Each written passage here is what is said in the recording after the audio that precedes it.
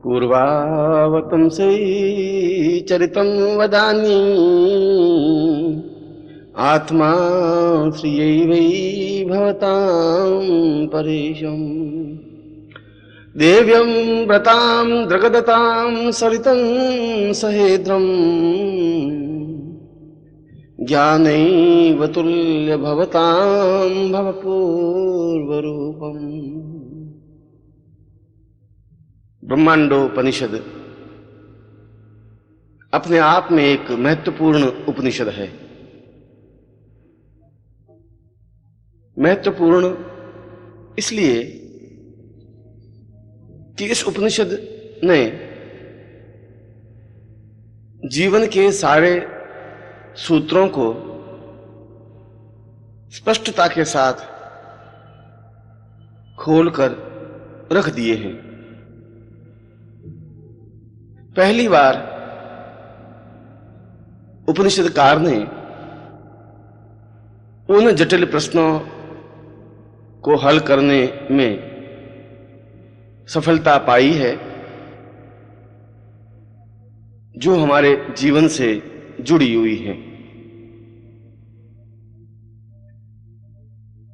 इस उपनिषद में स्पष्ट रूप से यह बताया गया है कि जीवन केवल वही जीवन नहीं होता जिसका एक छोर जन्म होता है और दूसरा छोर मृत्यु। हमने अज्ञानतावश जीवन की परिभाषा संकुचित और छोटी सी कर दी है। हम यह समझ बैठे हैं कि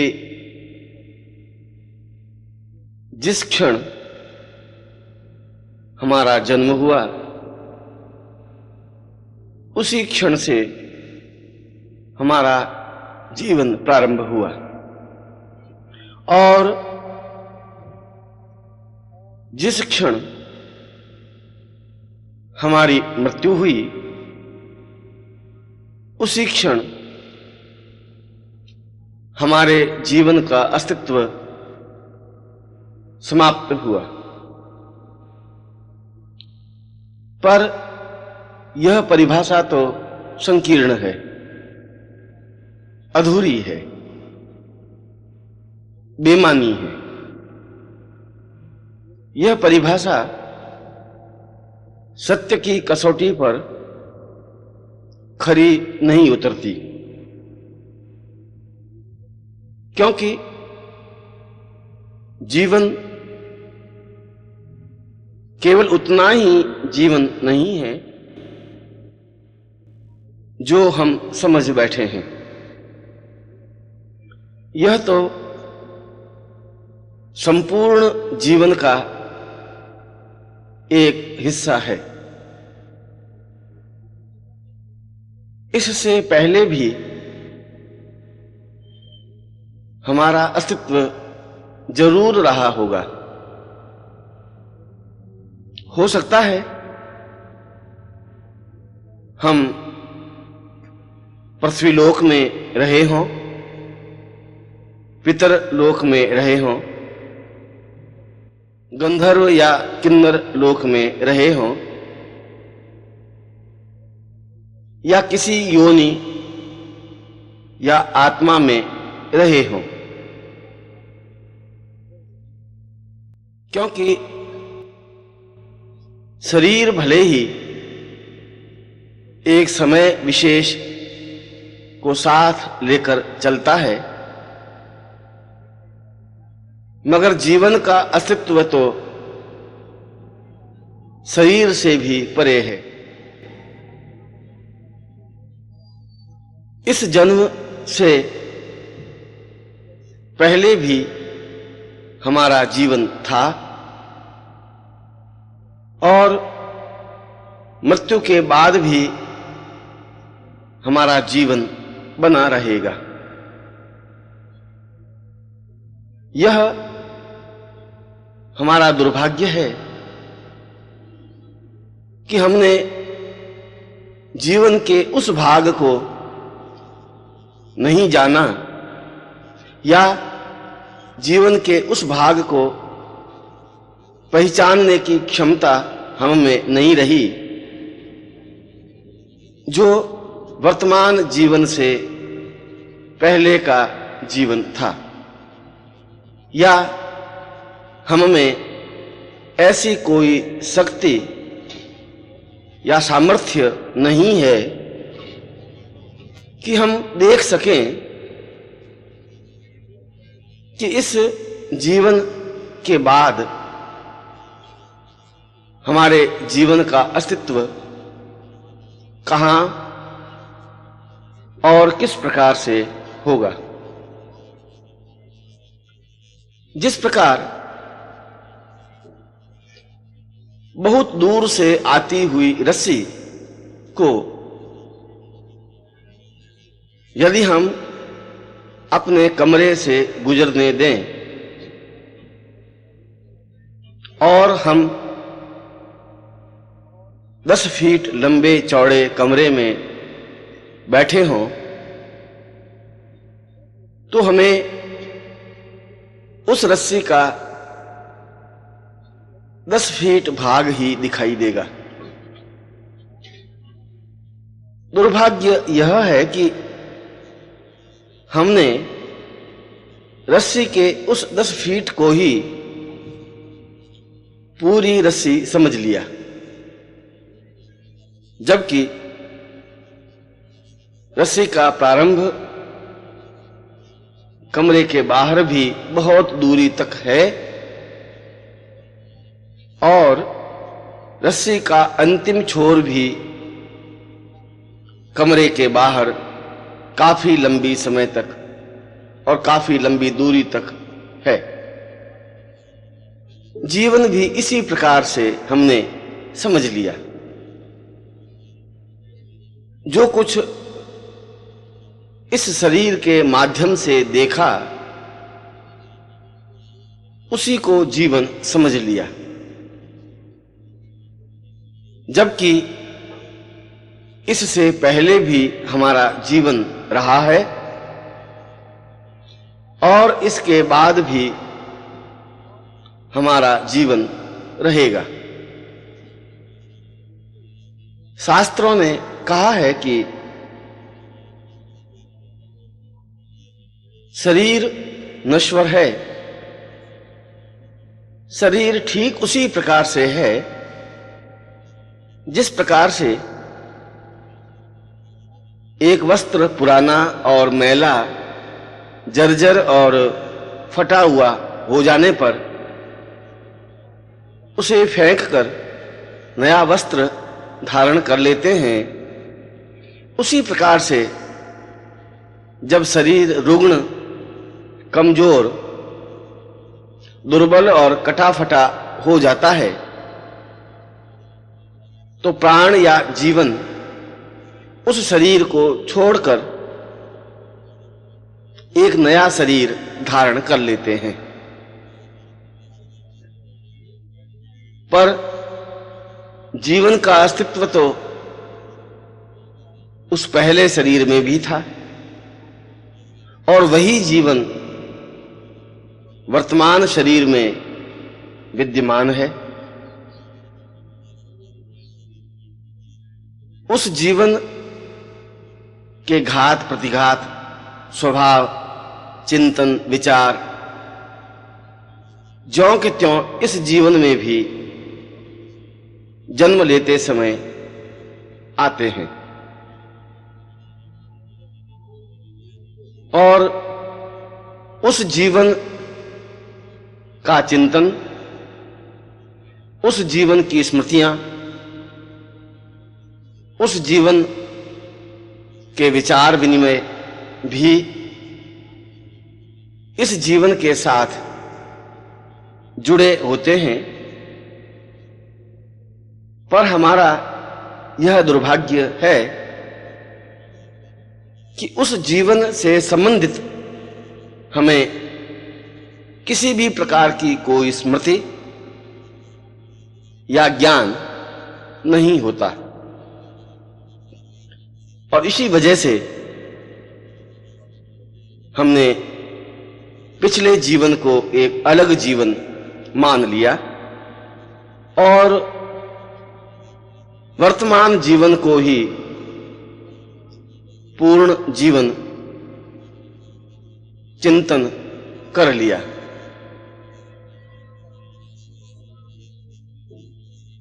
पर यदि इस जीवन को समझना है, इस जीवन के रहस्यों को स्पष्ट करना है, तो पिछले जीवन को भी समझना जरूरी होगा, क्योंकि हमारा वर्तमान जीवन पिछले जीवन का ही एक भाग है। और केवल पिछला जीवन ही नहीं, इससे भी पहले जितने भी जीवन हमने लिए हैं, वे सभी जीवन हमारे वर्तमान जीवन के भाग हैं। यह बात तो सत्य है कि वर्तमान जीवन के रोग, हानि, लाभ, सुख, दुख पर पिछले जीवन का प्रभाव भी पड़ता है। वर्तमान जीवन में जो हमारी पत्नी या पति हैं, इनका अस्तित्व भी पिछले जीवन में अवश्य ही रहा होगा। जो हमारी पुत्री या पुत्र है, जो हमारी प्रेमिका या प्रेमी है, जो हमारे शत्रु और मित्र हैं, इन सब का अस्तित्व, इन सब की उपस्थिति पिछले जीवन में थी और उनसे हमारे संबंध रहे हैं, और वे ही संबंध अच्छे या बुरे रूप में इस जीवन में भी भुगतने पड़ते हैं या सहन करने पड़ते हैं।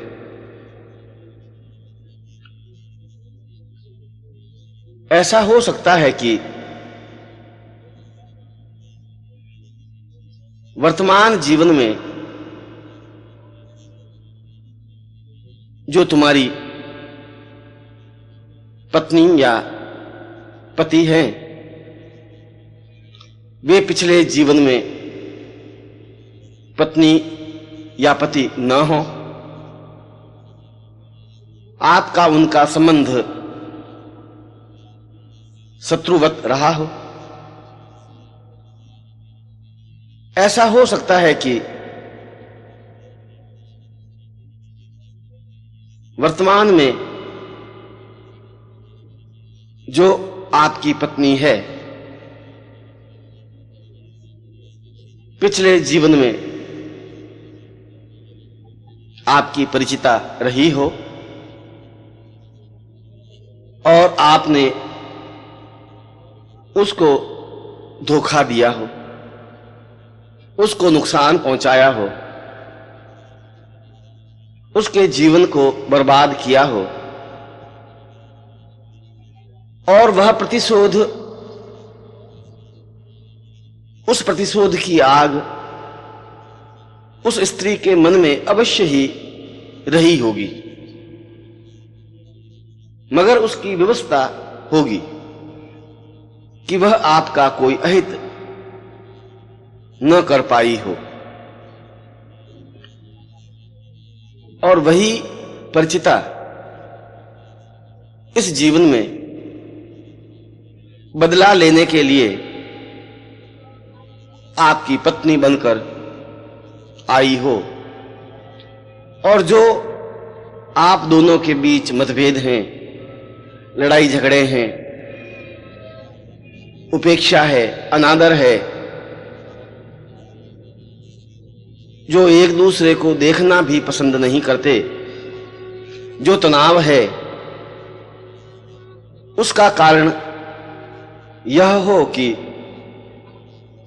वह पिछले जीवन का बदला ले रही हो। Brahmandopanishad is a very important ancient text because in it all the basics of human life has been explained in detail. For the first time, the questions related to human life were analyzed and solutions to them were found. It has been clearly stated that life is not just something bracketed between birth and death. In total ignorance, we have confined life to a small circle. We think that life commences with the birth and ends with death, but this is not the correct and complete definition of life. This definition does not come out to be true because life is not just what we consider it to be. This is merely a part of the complete life process. Even before the present life, we must have existed. We may have been present on the earth itself or in heaven. We may have been in human forms or as spirits. The body exists only for a limited time period, but life is something which exists free of the shackles of a physical form. We had a life even before this birth, and it will continue even after we die. It is very unfortunate that we are not capable enough to see our previous births, and that we do not have such powers to see what shall happen to us after the present lifespan ends. Suppose we are in a room which is 10 feet long and a long rope passes through this room. Sitting in it, we shall only be able to see 10 feet of the rope, even though it may be 10 times longer. But unfortunately, we consider only this part of rope which we see to be the complete rope, when in fact the two ends of the rope may be several feet away from the two doors of the room. Similarly, we consider what we see of life to be complete, whereas life existed before the present birth and shall continue even after death. The Shastras say that body is perishable. When the clothes become old and worn out, they are thrown away and new clothes are obtained. Similarly, when the body becomes weak, infirm and old, then the soul leaves that body and takes new birth. But life continues. It was there when the former body existed, and it is still there in the new body. Even the thoughts and experiences of the previous life are connected with the present life, and even the memories and events of the former are linked with the present life. But unfortunately, we do not remember all of them. This is why we consider our previous lives to be separate and the present life to be complete in itself. If we wish to understand life, if we wish to unravel all its subtle mysteries, then it would be necessary to know about our previous lives, because our present life is a part of all our previous ones. This is very much true that the cause of all our gains, losses, happiness, sorrows and ailments lies in the previous births. Our spouses in the present life must also have been linked with our previous life. The wife, daughter, son, lover, friend or foe in our present lives must have been there in the previous life, and they must have been related to us in some way or the other, and the kind of relation we had with them in the previous life could determine why we are so linked up with them in the present. It may be that your husband or wife may not have been your spouse in your previous life, or that he or she may have been your staunch enemy. It may be that your wife in the present life may have been acquainted to you. You may have deceived her and caused harm to her. She may not have been able to retaliate at that moment, and hence she may have entered your present life as your wife. and the constant disagreement, quarrels, and ill will between you two may be a part of the revenge which he is now taking.